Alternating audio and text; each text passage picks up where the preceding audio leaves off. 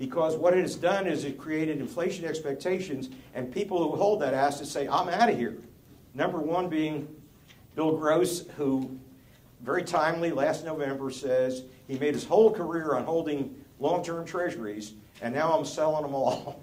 And the Financial Times came out, I guess PIMCO reported a month later, and he sold about half his treasuries.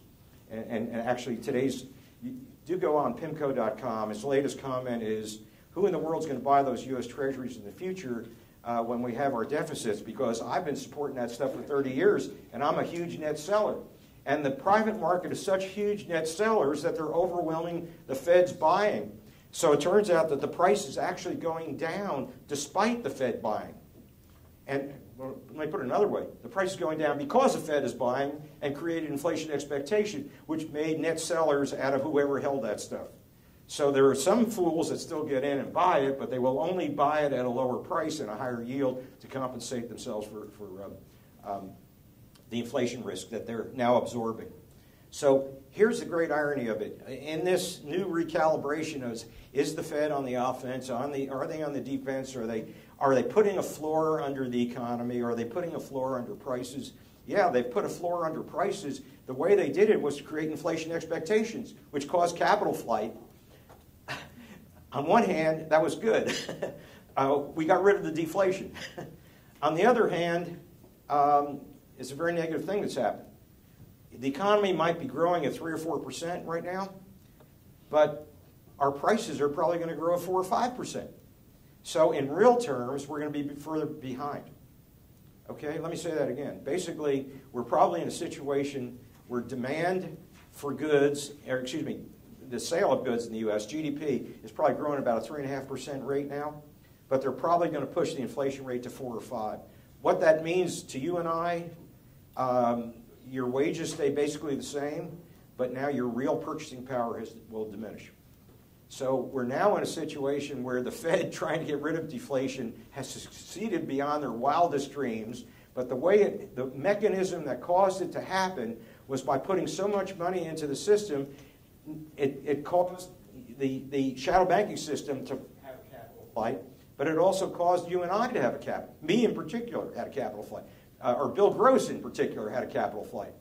Where is he taking the proceeds from the sale of the treasuries? To the emerging markets. Clearly says so. And by the way, he's the largest manager, biggest footing of any investment manager. About, what, 900 billion, I think he has? 900 million. Billion. Excuse me, 900 billion. I mean, he's as big as the central bank used to be 3 years ago, which is, that's a dramatic number, 900 billion for one private entity. And as I say, the numbers came out about a few weeks ago, and he sold half his treasuries in 1 month. So he alone is driving this. But in any event, so we're now, let me summarize then. The Great Recession continues to mutate. We still don't have a handle on it. We still have debt in excess of assets by a great number of consumers, a great number of banks. We don't have anything like a normally functioning economy as we understood it to be. We do still have the debt deflation. The Fed was trying to put a bottom under the deflation because it makes it harder to pay the debt off, and they've succeeded to create inflation. And by the way, most of it has not yet been registered. It's coming. In the next few months, we see what's going on with energy alone, and that's enough.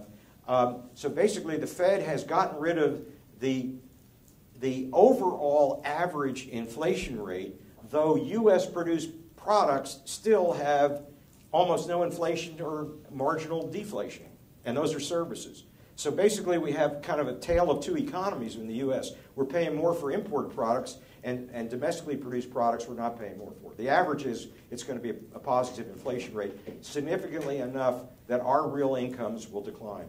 Certainly for those of us working at UT, it takes the legislature about 3 sessions before they start catching up on our wages, if they can, and given the shortfall of the Texas budget, don't expect it for a long, long time. So basically, there are all kinds of different winners and losers in this game. Now, the question is, do you want to be, as Bill Gross put it, a turkey? Thanksgiving, his monthly article on PIMCO, and amazingly enough, as an investment manager that manages so much, you wouldn't think he would reveal to the market what he does. But what he does is takes his positions first and then tells you later. So that everyone rushes to what he did, makes his positions more enhanced. If he's buying X, and then he tells us, and we all go out and buy X. And so he tells us, but the logic is impeccable every time. And basically, he's in a capital flight. I'm in a capital flight. Where's the market as they see all this? Where has the action gone? Well, the action has gone away from fixed rate treasuries. It has gone to TIPS. TIPS are the inflation-adjusting treasury. In fact, the inflation-adjusting treasury, shortly after issue, a few months ago, I haven't looked at the price lately, was selling at six points higher than the redemption value, almost immediately upon issuance.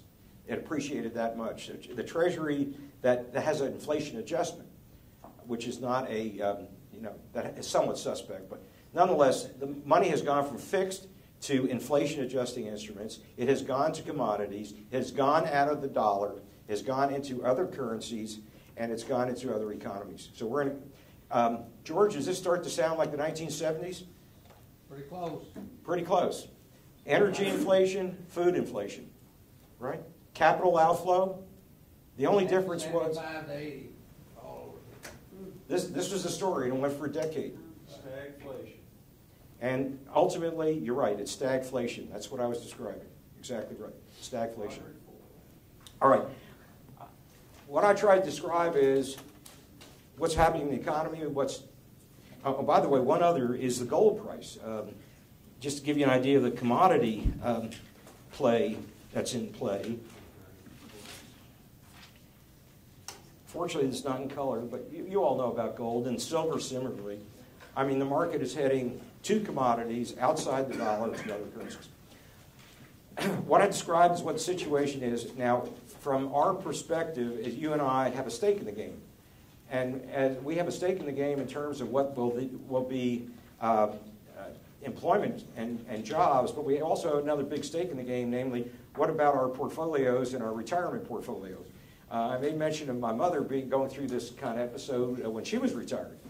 And literally, her real income declined in half in about half a decade, being stuck in fixed income. With that in mind, I sought out, looked across Austin for a registered investment advisor who understood this mechanism in play, and it led me to Frank Beck, who I'm going to turn this over to describe how, from an investment perspective, one protects yourself. How do you protect yourself with your own wealth? How we can protect ourselves from a job market is a different story, but at least we could protect and enhance your wealth by gravitating your portfolio to the areas that there are big winners and big losers in this environment.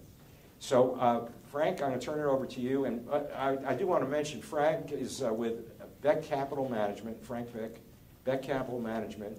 He's here in Austin, and he will grace us with his presence and explanation, and we also owe him a big thanks because he underwrote this event tonight and paid the bill. And so I didn't have to pay it, or you didn't have to pay it. Thank you.